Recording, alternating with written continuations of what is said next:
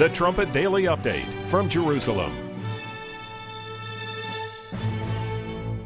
Hello everyone, this is Stephen Flurry again, reporting from Jerusalem. Robert Morley posted an excellent column today at thetrumpet.com about the civil war in Syria. And as you know, over the past several months, Syria has been locked in a violent struggle for power. According to a human rights organization, the death toll since the conflict began has reached over 16,500 people. Just in the last week, about 800 people have been killed. The war in Syria is prophetically significant because Bible prophecy describes two main Middle Eastern alliances that formed just prior to the Great Tribulation. And what we're seeing in Syria is accelerating the development of these two prophesied alliances. Now, Psalm 83 describes one of these power blocks. To study this further, make sure you read all of Mr. Morley's column at thetrumpet.com. Now, as we've reported before, based on Daniel 11, Germany is prophesied to lead an end-time united European power, the prophesied King of the North, into a violent clash with the King of the South, or Iranian-led radical Islam.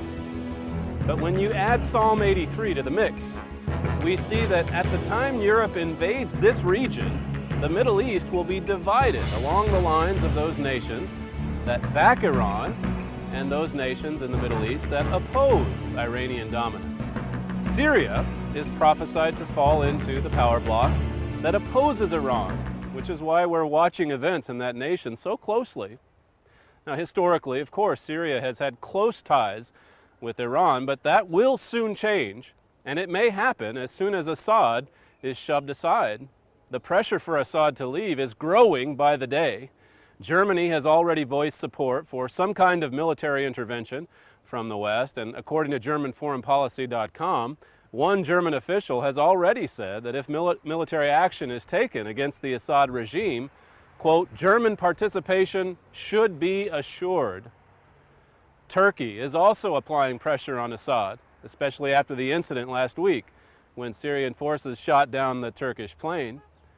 Mr. Morley wrote, so far, Turkey has refused to invoke Article 5 of the NATO Charter, which would require the alliance to consider Syria's attack on Turkey an attack on themselves.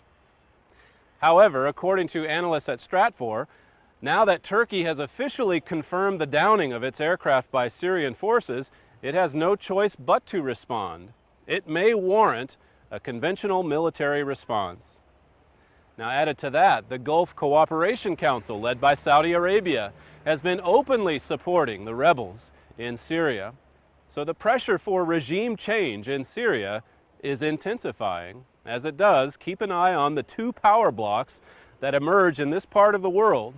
The true significance of the Syrian civil war, at least from a prophetic standpoint, is actually what's happening outside the borders of Syria. Outside of Syria's borders, deals are being struck and alliances are being formed that will soon impact the rest of the world, and powerfully so. Now, we've also been helping you watch Egypt, and in some ways I know we sound like a broken record almost, but look, what's happening there is incredibly significant. It really is. Of course, Western news outlets have applauded Mohammed Morsi's election because they see it as a victory for democracy. But isn't it telling the way a number of Arab nations are reacting to Morsi's win, particularly, again, those nations that are in the bloc prophesied to oppose the King of the South? According to Zvi Mazel, who wrote an op-ed at the ynetnews.com website yesterday, the Arab countries view the Brotherhood as a danger. Saudi Arabia and the Gulf states are following the developments in Egypt with great concern and are refusing to help save its collapsing economy. Mazel then asked the question, will Egypt's Morsi change? Prior to his election, as we reported at the Trumpet, Morsi said, the Quran is our constitution, the Prophet is our leader, jihad is our path, and death in the name of Allah is our goal. And yet, just last week, in Tahrir Square, Morsi promised that there would be no Islamization of Egyptian state institutions. So, which Morsi will step forward in the weeks and months ahead? To quote from Mazel's column once again, he wrote at Ynet News, has Morsi's faith in Islam dwindled since he was elected president? Has he been lying to himself all this time? Did the Muslim Brotherhood turn democratic immediately after winning the elections?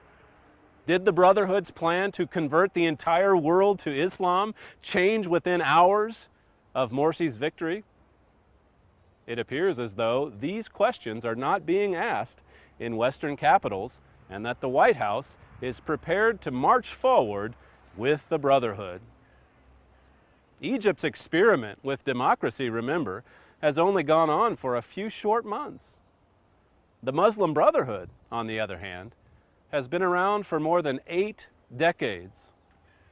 Morsi's ascent was the culmination of a far longer journey, the 84-year quest for power by the once outlawed Muslim Brotherhood. That was in the Washington Post just the other day.